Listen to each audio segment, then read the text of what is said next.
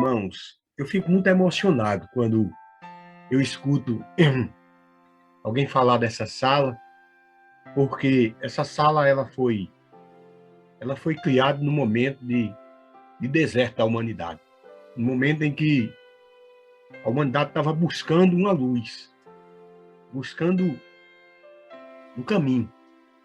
E aí a gente começou esse movimento, batendo na porta de um e de outro, né? E é interessante que na jornada espiritual, alguns ficam empolgados, né, Bilene? Ficam empolgados. Eu costumo dizer, irmãos, que a jornada cristã é como uma São Silvestre. Está chegando o final do ano, aí lá em São Paulo, se inscreve 25, 30 mil, 50 mil pessoas, vai para a Avenida Paulista para começar a São Silvestre. Mas quando chega, irmão, no viaduto do Chá, que é uma subida, aí, irmão, aí 20 mil sobra na curva, tá entendendo? E fica no meio do caminho. E aí o texto bíblico diz: aqueles que perseverar até o fim, esses serão salvos. Não é diferente. Essa é a jornada. Irmão, se não for o Espírito Santo, dá sono, dá canseira, né? Dá enfado. E o neguinho fica na beira do caminho. Porque o apóstolo Paulo, ele diz que os frutos da carne são fruto da carne. E o fruto do Espírito são fruto do Espírito. Então, foi da vontade de Deus que essa sala existisse. E o irmão Leodécio, o irmão Dileno, a irmã Joana e os pioneiros que estão aqui presentes foram apenas as ferramentas que Deus usou. E a gente fica feliz em saber que Deus nos usou e usa cada um de nós. E a ordem é o seguinte, viu, irmãos? A ordem é o seguinte: nós vamos arrebentar o cão em nome de Jesus, viu? E essa sala, ela existe para isso. Essa sala existe para quem não está acomodado, para quem quer ir para o céu. Porque uma coisa é certa, viu, irmãos, na vida. Tudo na vida tem que ter duas coisas: força de vontade e disciplina. Não é assim? Força de vontade e disciplina. O cara começa o ano empolgado, indo para academia, pegando aqueles pesos e tudo tal. Ele vai no dia primeiro. Quando é no dia 2, ele diz: hoje vai ser minha folga. Disciplina, irmãos. Então, essa sala, hoje nós temos aqui, para honra e glória do Eterno, famílias. Eu quero dizer que aqui é onde fica os canela de fogo, tá certo? Se você está aqui, é porque você é um canela de fogo. Então, essa sala realmente é para quem não quer dormir. Sabe por quê, irmãos? Porque na Bíblia, o sono é associado a quem vai se perder. Sabia disso? O sono é uma necessidade humana, mas quando aparece na Bíblia o sono, como por exemplo, as virgens, 5 eram nécias e 5 eram imprudentes. Elas dormiam. A Bíblia diz que quando Deus usou aqueles homens aí para que buscassem a Deus, Jonas estava no porão e a Bíblia diz: dormia profundamente. Já pensou? Profundamente. Então, em Apocalipse, Jesus Cristo está à porta e bate, mas alguns estão no sono profundo, numa sonolência espiritual. E aí, irmãos, aquele que perseverar até o fim será salvo. Então, fique nessa sala, porque Deus tem bênção para te dar aqui, né? E eu sei que alguns começaram com a gente aqui empolgados, receberam a bênção, mas faz parte do ser humano. E essa sala existe porque aqui é um oásis no deserto. É aqui onde nós renovamos as nossas forças e aqui onde nós nos preparamos para começar o dia. Você sabe, irmãos, que os grandes homens de Deus, você pode ler em toda a Bíblia, de Gênesis a Apocalipse, eles eram homens que a gente paga o preço na vida, né? Mas que eram, eu costumo dizer que os homens de Deus, eles eram homens que acordavam cedo. É interessante que a irmã White diz, irmãos, antes da gente começar o sermão, mas já começando, A Ellen White diz que o sol nunca pegou Jesus deitado. Já pensou? 33 anos que ele teve aqui, o sol nunca o alcançou deitado. Viu, Dilene? Quer dizer que ele esperava o sol nascer, né? E o sol não esperava ele, já estava na presença de Deus. Quem tem esse hábito sabe disso. Tem até um hino pentecostal, eu vou já abrir a Bíblia, eu acho bonito a maneira que os irmãos pentecostais cantam, e tem um hino pentecostal que diz assim, é como se Deus tivesse condicionado, mas Deus não está, diz assim, busque de madrugada, irmão, que a fila é menor. Tá entendendo? Busque de madrugada que a fila é menor. Na verdade, quando a gente busca de madrugada, a gente está dizendo que Deus é prioridade na nossa vida. Na verdade, quando a gente busca de madrugada, a gente sabe que nessa correria, pelo menos eu, numa outra hora eu não conseguiria ter a comunhão que eu tenho de manhã cedo. Não é verdade, irmãos? Aqueles que têm hábito sabem dessas coisas. Vamos então abrir a palavra de Deus, mais uma vez, nessa manhã, e falar para vocês, irmãos, da comunhão com o Espírito Santo. Como que a gente pode ter comunhão com o Espírito Santo? Eu vou pedir mais uma vez, por gentileza, como por exemplo, eu vou pedir aqui, não sei, irmã Joana, se consigo, mas eu vou pedir aqui, por exemplo, a irmã Oliveira, que me recomenda a Deus em oração, tá certo? É possível liberar o áudio dele aí e ele orar por mim nessa manhã, para a gente começar a leitura da palavra? Tem como se...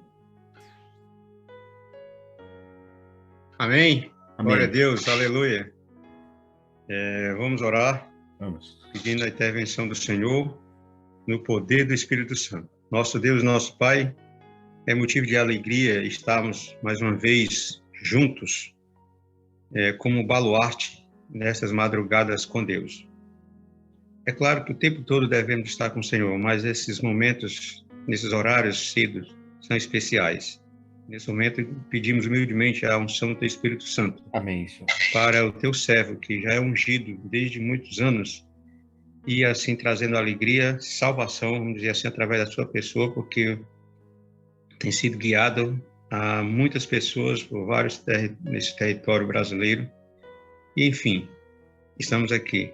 Não sabemos até onde essa voz vai chegar através do sistema, mas te pedimos humildemente em nome de Jesus que onde ela for, possa alcançar pessoas sedentas da verdade. Então, por favor, Senhor, nesse momento, pedimos humildemente que o teu Espírito Santo esteja sobre o teu servo, para transmitir a mensagem de esperança e salvação para nós e aonde quer que a sua voz possa chegar. Em nome do Senhor Jesus e pelo poder do Espírito Santo. Amém. Amém, Senhor. Glória a Deus. Irmãos, a humanidade hoje busca conhecimento. Há uma sede do conhecimento.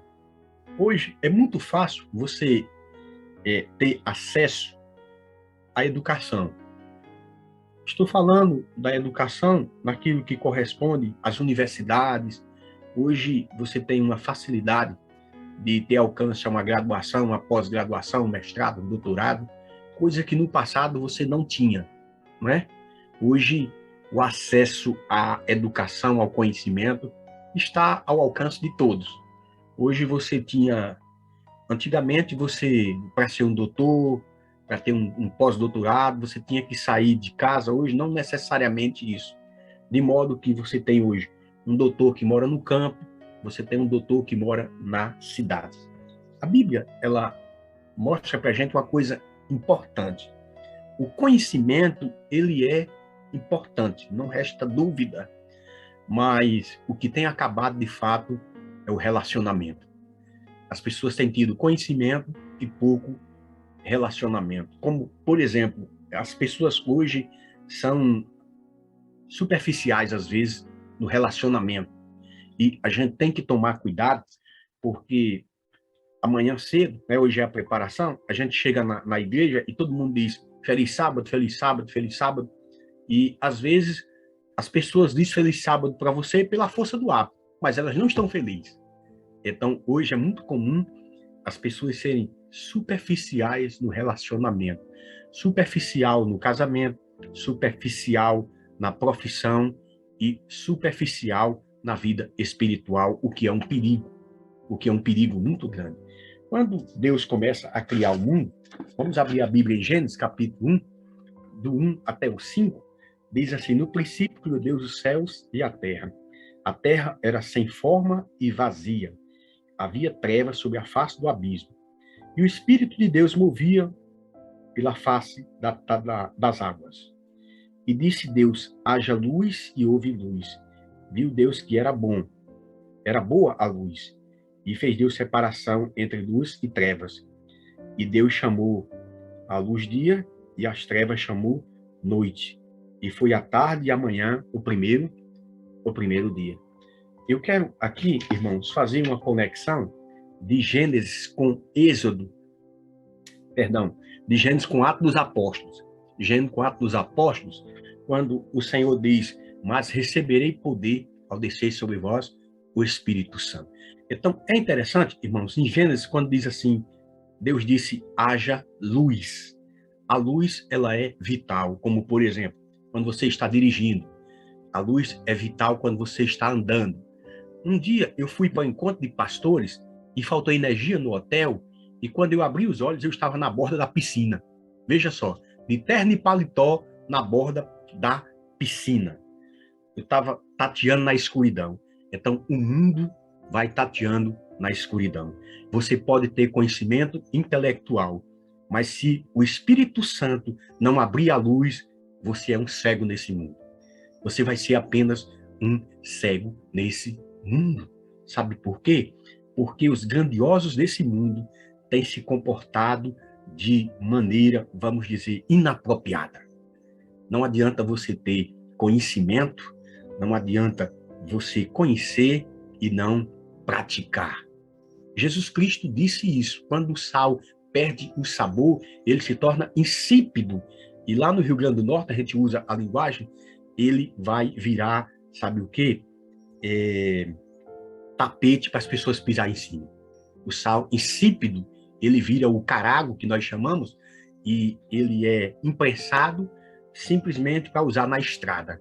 Jesus Cristo disse: se o sal vier a ser insípido, nada mais serve a não ser para ser pisado pelos homens. O que tem acontecido, irmãos? Muitos têm pisado na verdade que abraçaram.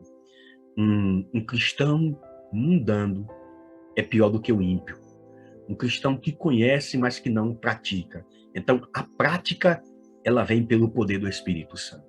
Nós só podemos praticar essa verdade se o professor celestial te acompanhar nessa manhã. Quando Deus disse assim: haja luz e houve luz, é o Espírito Santo que dá luz ao meu conhecimento. É o Espírito Santo que diz assim: Leodécio, não basta ser um teólogo, tem que nascer do céu. A luz tem que brilhar no seu coração. E quando essa luz brilha, ela te dá uma percepção do céu. Ela te dá uma conduta comportamental de um salvo. Ela vai te mostrar que a sua conduta comportamental, a maneira de você andar, a maneira de você caminhar, vai denunciar se você tem luz ou se você, de fato, é uma pessoa que não transmite essa luz. Eu faço uma pergunta, e é uma pergunta inapropriada, mas que é feita a muitas pessoas de maneira errada. Mas de maneira proposital eu vou fazer essa pergunta. Você tem o Espírito Santo? Você tem o Espírito Santo? Veja só a pergunta que eu vou fazer para você. Você tem o Espírito Santo? Pastor, como que a pessoa pode... Não, ninguém tem o Espírito Santo. O que nós precisamos, irmãos, é sermos alcançados pelo Espírito Santo. O que nós necessitamos é ser cheio do Espírito Santo. O que nós necessitamos é ser as ferramentas de Deus para esse mundo de trevas, esse mundo escuro. Quando o Senhor disse, haja luz na vida, só pode haver luz, irmão, se o Espírito guiar essa luz. É uma coisa de uma vida sem luz. Veja que o ser humano hoje, ele se deporta novamente a Gênesis capítulo 1, quando o Espírito do Senhor parava sobre as águas e a terra era sem e vazia. Nós temos pessoas que são intelectuais, nós temos pessoas que têm conhecimento, mas que estão em trevas e vazias. Veja, por exemplo, Nicodemos, quando foi falar com Jesus Cristo. Ele disse, rabino, ele disse, mestre. Jesus Cristo disse, amigo, você tem conhecimento. Você é uma enciclopédia ambulante. Você conhece a lei de Israel. Você conhece a Bíblia Sagrada, você conhece o código de ética, mas você precisa nascer de novo. A luz do Evangelho precisa brilhar no seu coração. Você precisa nascer do céu. E é interessante que os termos que nós percebemos em Atos dos Apóstolos, quando diz, mas receberei o poder ao descer sobre vós o Espírito Santo, irmãos, ele vai me dar, o Espírito Santo vai iluminar a minha mente e vai me dar uma visão celestial. Assim como Deus disse, haja luz, Deus precisa dizer que haja luz na nossa vida. Nós precisamos de luz nesse mundo de trevas, a luz do conhecimento para vivermos essa verdade. O mundo está cheio de teóricos. É como se a humanidade tivesse toneladas de meros teóricos. Mas o que Deus quer é que essa teoria seja apresentada de maneira prática e simples. O Evangelho é muito simples, irmão. O Evangelho, ele é para os simples de coração. Então, eu diria para você que o conhecimento é importante, mas, como diz no quartel do Exército aqui em Fortaleza, que arrasta o exemplo, né? O conhecimento, ele é importante, mas o exemplo arrasta multidões. E nós precisamos de bons exemplos, porque de mau exemplo a gente está cheio. De pessoas que sabem o que é correto, mas faz a opção pelo que é errado, né? Pelo que é errado. Alguém disse certa vez para mim, olha, pastor, eu sigo a Jesus Cristo. Eu sigo a Jesus Cristo, eu tenho amor por Jesus Cristo, eu amo o Senhor Jesus, mas eu sou um comunista. Eu disse, rapaz, é complicado, sabe? É complicado você associar a teoria de Nietzsche, a teoria de Karl Marx. É complicado, até porque a Bíblia Sagrada, ela defende a propriedade, ela defende a família, ela defende os valores, e não tem como você fazer um casamento dessas coisas, porque os princípios é o que rege a nossa fé. O cristianismo, ele tem uma proposta de ser cidadão do céu. Então, amigos e irmãos, se não houver luz, haverá perdidos. E os perdidos hoje estão em todas as camadas sociais. Pessoas que são ricos, mas que são pobres. E pessoas que são pobres são ricos. Como que é, pastor, esse antagonismo? Quando Deus disse assim, haja luz, Deus fez separação entre a luz e as trevas. O que faz, pastor, a separação entre a luz e as trevas? É o dom do Espírito Santo em minha vida. Quando eu tenho o dom do Espírito Santo em minha vida, eu tenho uma percepção, o céu abre a minha mente. E o céu diz assim, Leodécio, isso você pode até ser legal para você. Leodécio, isso pode ser até legal para você, mas é imoral para o céu. Aquilo que é legal para você é imoral para o céu. É interessante que no relato sagrado diz que Deus disse, haja luz e houve luz. E o Espírito Santo, ele é quem me dá essa percepção da verdade. Eu nunca esqueci, irmãos, uma experiência que eu vivi quando eu era pastor lá em Natal, no Rio Grande do Norte. Eu vinha de Macau, de Natal para Macau é 180 quilômetros, e eu estava vindo de Macau para Natal, e era uma noite.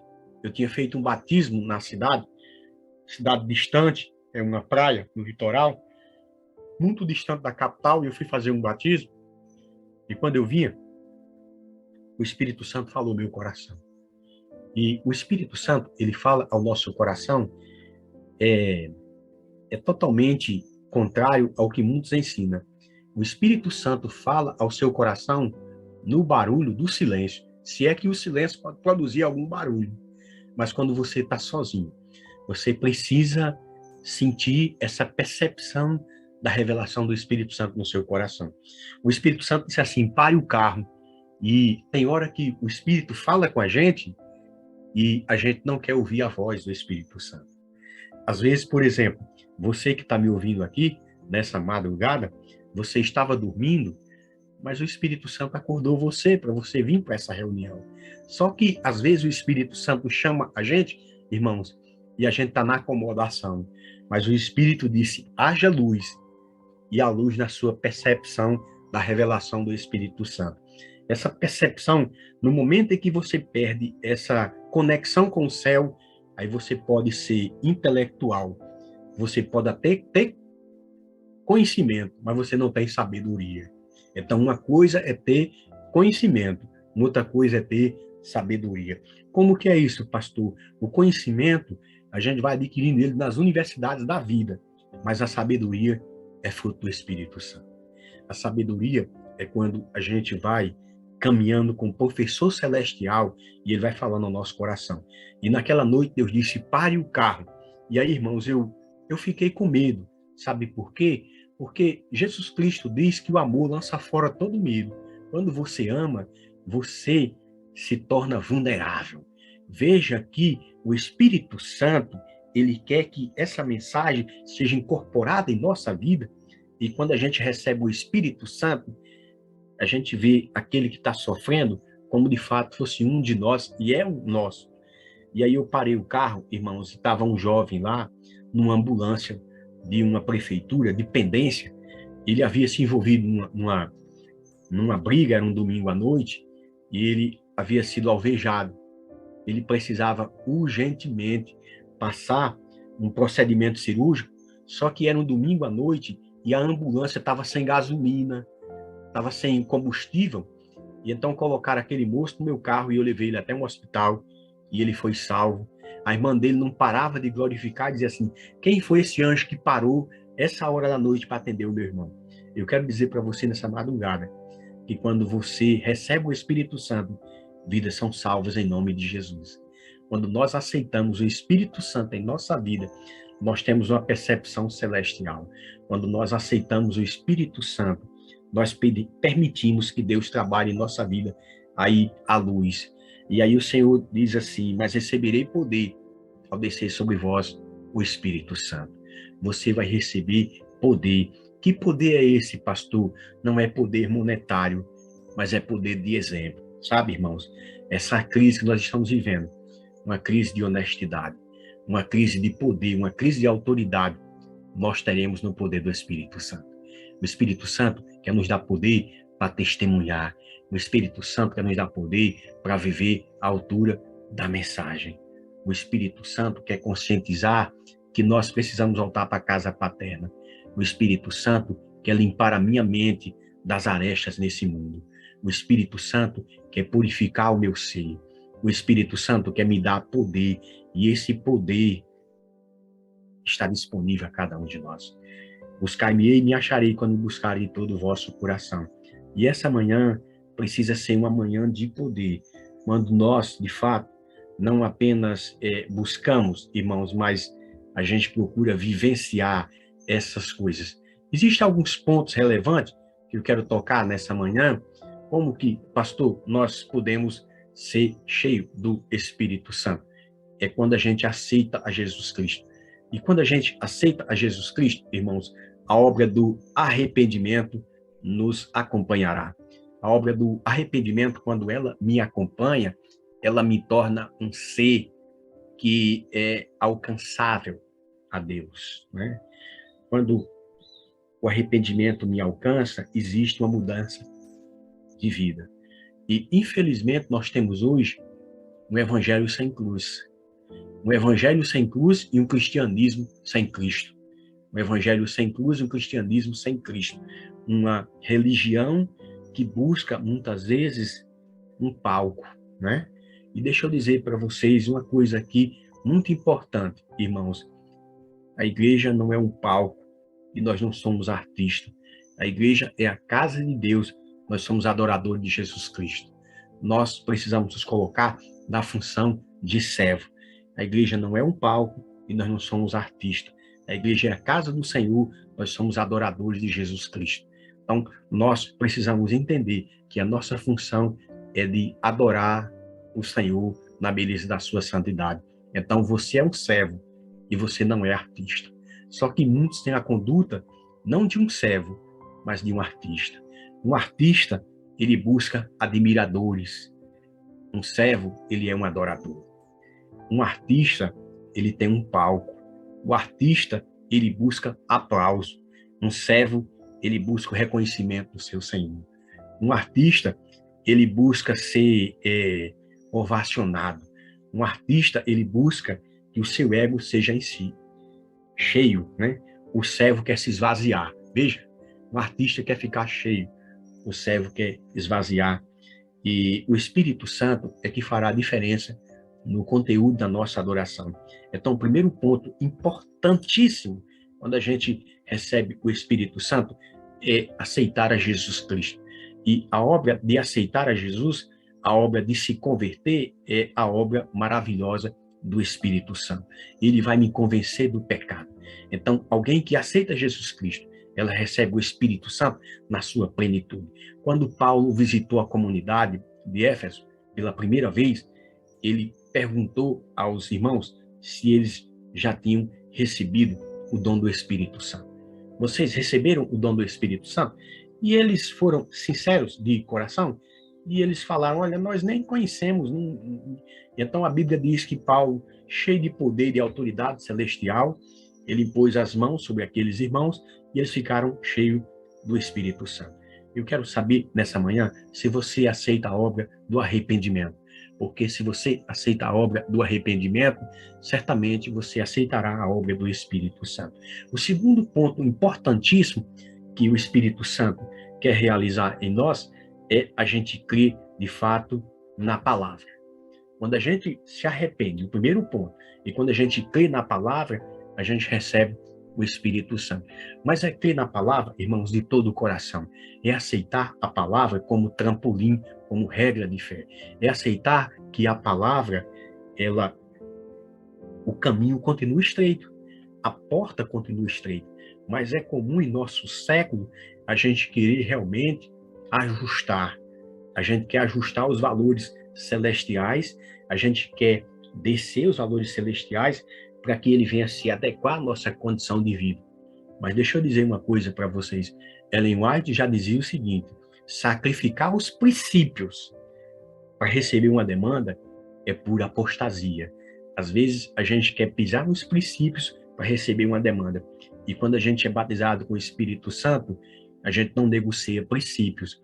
E já dizia um pastor de origem afro, né?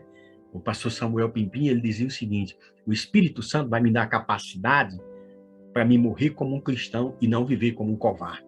Porque tem muita gente que está vivendo como um covarde.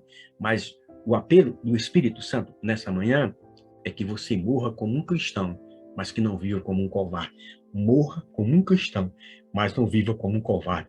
Não negocie os princípios, porque os princípios são inegociáveis. Nós não podemos negar os princípios. Nós não podemos sacrificar a verdade no altar da paz. E o Espírito Santo, ele faz isso, né? Lutero dizia certa vez, olha, eu prefiro a guerra da verdade do que a paz que a mentira possa produzir, né? Eu estou disposto a ir com a verdade, ainda que para isso eu tenha que pagar um preço alto. A verdade é interessante. E eu, quando criança, não era adventista, eu escutei um poeta brasileiro que dizia o seguinte: a verdade é o espinho na garganta da sociedade. Isso era um poema de um sambista que dizia: a verdade é o espinho na garganta da sociedade, né? E ele dizia: me engana que eu gosto, né? Porque a verdade é o espinho na garganta da sociedade. Mas o que Deus, a proposta de Deus nessa manhã, a proposta do Espírito Santo, é que eu confesse a Jesus Cristo como meu Salvador pessoal. A proposta do Espírito Santo é que os valores bíblicos sejam enaltecidos na minha vida, que Cristo viva e que eu, de fato, seja um servo. Então, o Espírito Santo, nessa manhã, me dá a capacidade de renunciar ao meu ego, de renunciar aos meus caprichos, a minha vida medíocre e cair nos braços de Jesus Cristo. Me entregar a Ele. Conta-se a história de um pequeno curumim, né? Um indígena que saiu para caçar.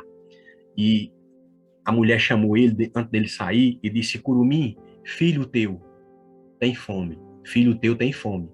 e você precisa trazer a caça. O curumim ajoelhou e disse: grande Tupã, o Deus que ele acredita, né? Se o Senhor me entregar a caça, eu te entrego a pena. Aí pegou a pena e colocou no altar do grande Deus. E aí ele saiu para trabalhar e não conseguiu a caça. A esposa chegou e disse: curumim, filho tem fome.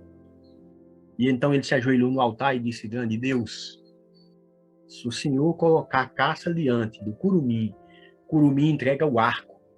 E colocou o arco no altar. E ele foi trabalhar e não conseguiu. E aí, na terceira vez, ele ajoelhou no altar e disse: curumim já entregou pena, curumim já entregou o arco, agora curumim se entrega ao grande Deus. E caiu no altar. E é dito que quando ele caiu no altar, a caça apareceu diante dos seus olhos. Nós, irmãos, Deus não quer o nosso intelecto, muito embora nós precisamos nos colocar à disposição de Deus, a nossa capacidade intelectual. Deus quer muito mais do que o nosso trabalho, Deus quer muito mais do que o seu dinheiro, Deus quer a sua vida no altar nessa manhã. O Espírito Santo quer que primeiro você seja um adorador. Antes de você ser um profissional, antes de você ser um professor, antes de você ser um cantor, antes de você ser um pedagogo, o Espírito Santo quer que você seja um adorador nessa manhã. Primeiro, um adorador. Adorar o Senhor em espírito e em verdade. Diz a palavra: buscai-me-ei e me acharei quando me buscarem de todo o vosso coração. Então, eu sinto a necessidade, nessa manhã, de ser batizado pelo Deus Espírito Santo. Eu quero que o Espírito Santo, o pedagogo divino, o meu amigo celestial, aquele que intercede, aquele que advoga a minha causa, aquele que conhece as minhas fraquezas, aquele que chora, aquele que me acompanhe, que me transforme nessa manhã para a honra e glória do seu santo nome. Que essa verdade seja verdade na minha vida. Que eu possa olhar para o céu e dizer: eu sou o indigno pecador. Disse que certa vez Lutero, quando ele estava pregando, e ele ficou tão indignado com a verdade que ele conheceu, e ele disse assim, uma noite, ele estava tão assim em conflito com o seu próprio ser, que ele dizia: Senhor, ele disse que ele acordou o mosteiro inteiro gritando assim: eu sou um pecador fedorento, eu sou um pecador fedorento, mas que o Eterno tenha misericórdia de mim. E aí Lutero gritava: eu tenho mais medo de mim do que o Papa e todos os seus cardeais, porque eu vejo um Papa dentro de mim, eu mesmo. Tenha misericórdia de mim, Senhor, porque eu sou um pecador fedorento. O que nós precisamos nessa manhã é fazer essa confissão genuína e verdadeira, o arrependimento, aceitar Jesus Cristo como nosso Salvador, crer nos valores celestiais, crer que a Bíblia ela é a palavra de Deus. E quando eu digo crer, irmãos, eu não estou falando em conhecimento intelectual, porque Satanás, ele conhece a palavra de Deus, ele sabe que a palavra de Deus ela é a verdade, mas ele continua sendo um cão e ele não quer mudar de vida. Mas o que nós queremos nessa manhã é colocar nossa vida no altar. O que eu quero nessa manhã é que Deus seja Deus na minha vida. Então, o primeiro passo importante no batismo com o Espírito Santo é aceitar a Jesus Cristo. O segundo passo é crer na sua palavra.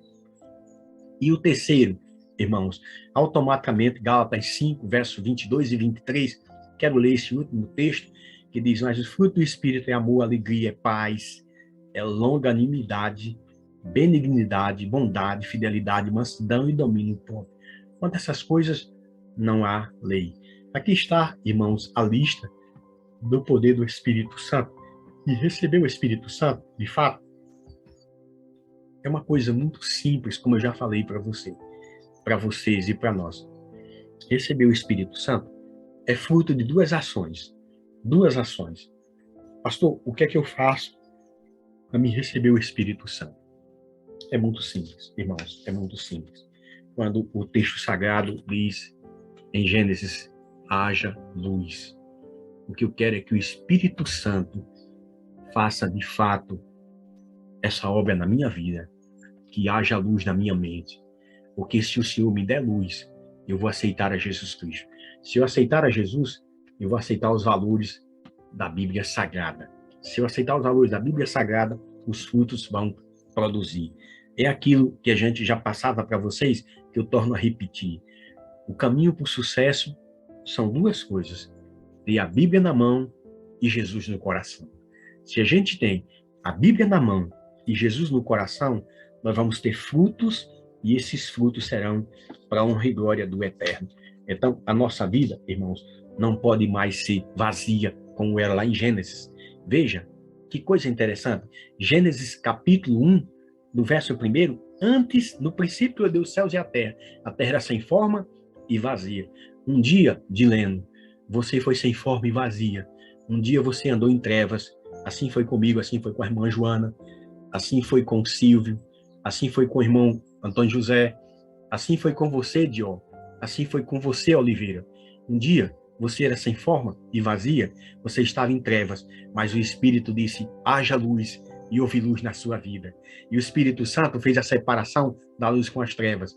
E assim hoje nós andamos em novidade de vida, para a honra e glória de Jesus Cristo. Foi o Espírito Santo que operou em nós, tanto querer como efetuar. É o Espírito Santo que me acorda nessa manhã, porque senão, se fosse da gente, a gente estava deitado ainda. Mas o Espírito tocou no seu coração e você aceitou o desafio do Espírito Santo para estar na madrugada com Deus. Isso é uma evidência de que o Espírito do Senhor está conosco. Isso é uma evidência, viu, Luziberto, de que nós somos batizados com o Espírito Santo.